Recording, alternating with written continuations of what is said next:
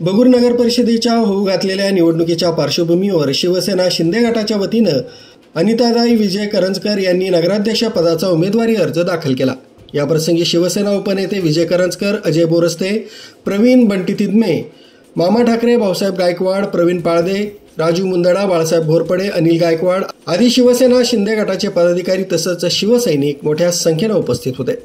राष्ट्रवादी काँग्रेस, अजित पवार गट आणि भाजपच्या वतीनं राष्ट्रवादी काँग्रेसच्या महिला जिल्हाध्यक्षा प्रेरणाताई विशाल बलकवडे यांनी उमेदवारी अर्ज दाखल केला। याप्रसंगी भाजपचे नाशिक जिल्हा प्रभारी गिरीश पालवे, जिल्हाध्यक्ष रवींद्र पगार, जिल्हा उपाध्यक्ष तानाजी बोर, दीपक बलकवडे, गोरखनाथ बलकवडे, विद्या बलकवडे, विशाल बलकवडे आदींसह राष्ट्रवादी काँग्रेस आणि भाजपचे पदाधिकारी तसंच कार्यकर्ते मोठ्या संख्येनं उपस्थित होते। शिवसेना उभाटा गट तसंच मनसे युतीच्या वतीनं माजी नगरसेविका जयश्रीताई काकासाहेब देशमुख यांनी नगराध्यक्ष पदासाठी उमेदवारी अर्ज दाखल केला।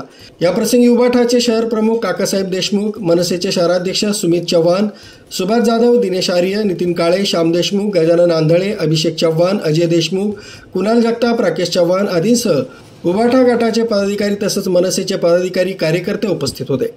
पूजा चेतन बागडे यांनी नगराध्यक्ष पदासाठी अपक्ष उमेदवारी अर्ज दाखल केला।